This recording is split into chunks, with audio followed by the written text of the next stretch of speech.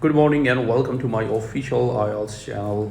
And today I'm going to talk about a very important issue because a lot of people they are trying to move to a foreign country like the UK or the USA, Australia, Canada, New Zealand, or whatever. So all of you know it very well that if you want to move to these countries, so you are supposed to pass any one of the language proficiency tests like TOEFL or IELTS or Duolingo or language cert.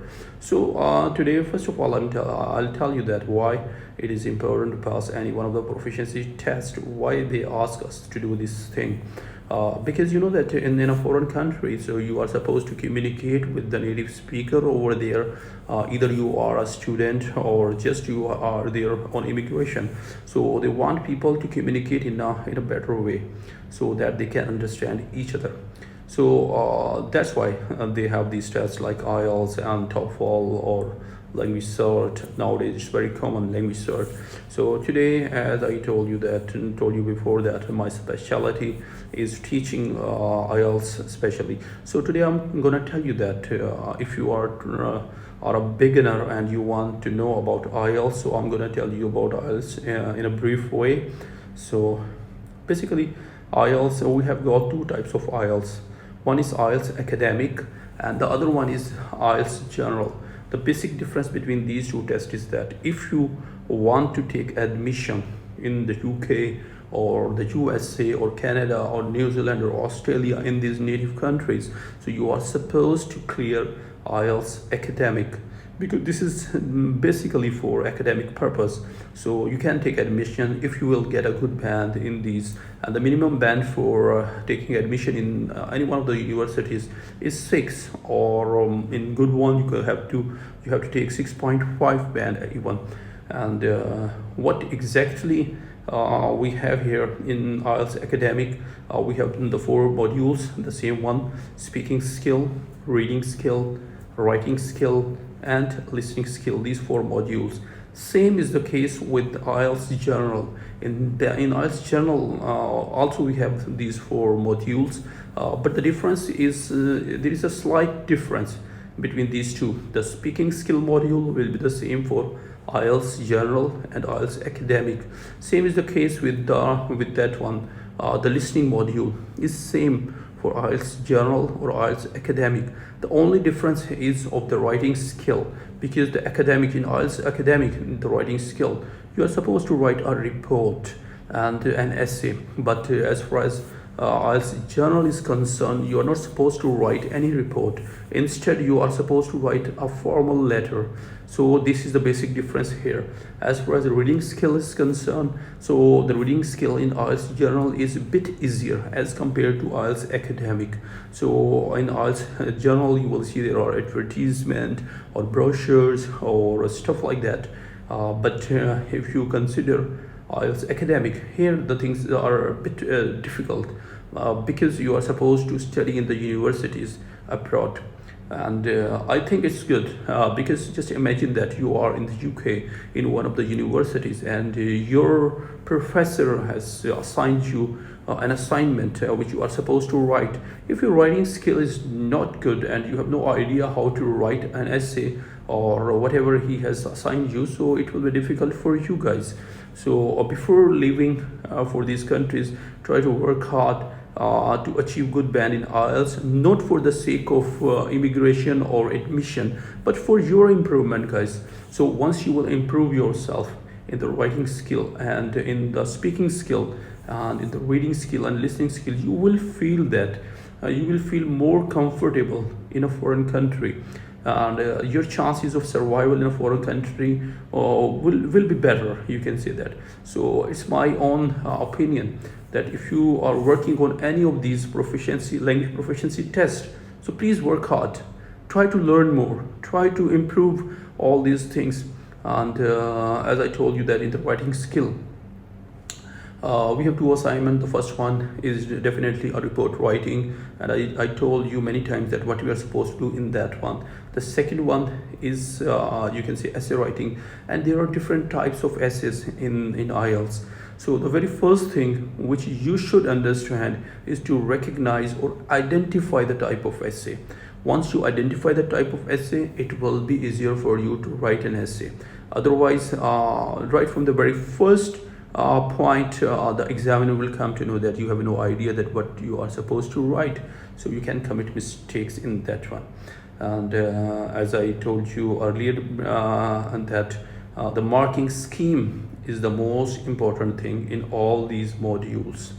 For example, if you see the writing skill module, so in that one you are supposed to take care of four things.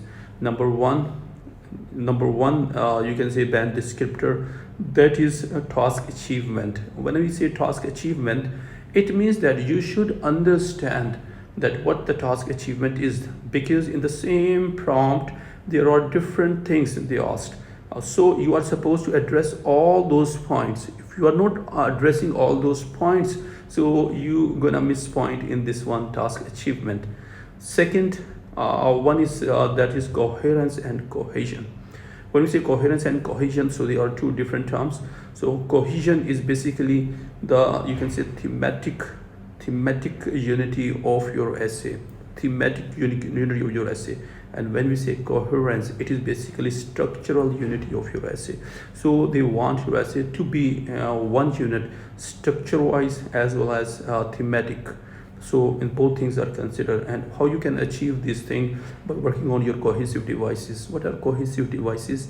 So basically cohesive devices are the linkers or the connectors or the conjunctions which we use while we are moving from one sentence to another sentence, or for example from one paragraph to another paragraph. Or they are different types. They can be used for contrast, they can be used for addition, they can be used for different reasons, like firstly, secondly, finally, moreover, however, or therefore, or beside. So all these are the cohesive devices. So then moving towards you can see the third band descriptor. The third band descriptor is basically lexical resource, which is actually the soul of your essay. When we say lexical resource, it means that all the vocabulary which you are using in your essay is actually your lexical resource. So try to use advanced vocabulary. Don't repeat the words again and again if you got a very good vocabulary, because this is what we call actually redundancy. So when your essay is redundant, it means that you are going to lose marks in that one. So try to avoid that thing. So, and try to use good synonym, try to use, don't go for a very difficult vocabulary, which is not in vogue, by the way, and try to uplift your vocabulary by learning good words. The last but not the least is your grammatical range and accuracy. So by grammatical range, we means that in your essay writing or in your report writing, you should use multiple structures. You should use different structures. When we say multiple structures or different structures, it means that you are supposed to do different types of sentences. Excuse me, like simple, compound, complex, compound complex, conditional, question tag, and relative clauses, and you can say different types of structures. So when the examiner is marking your essay, so he will point out the different structured essay. So when you the more structures you are using in that one, the more are chances of getting good band in your essay. Last but not the least, as I told you, that this is grammatical structure, grammatical range, and accuracy at the same time. So there are two parts for this band descriptor. You are not supposed to just add different structures. All these structures should be grammatically correct as well. Grammatical range and accuracy, they should be accurate as well. If you are making more mistakes in writing your essay structure, so you are getting less marks in that one. So when you are focusing on these four band descriptors, I'm sure that you will get good marks in your essay writing. So similar video I will make for you can say speaking skill as well, and reading skill as well, and listening skill as well. But why I was focusing on the writing skill, because this is the area in which most of the students, they get very low band, 5 or 4, like that one. So I hope that you understood that why I am so much concerned about IELTS and your how you are supposed to work on this one. So wish you all the best for your IELTS. I will be with you. Have a good day. Thank you.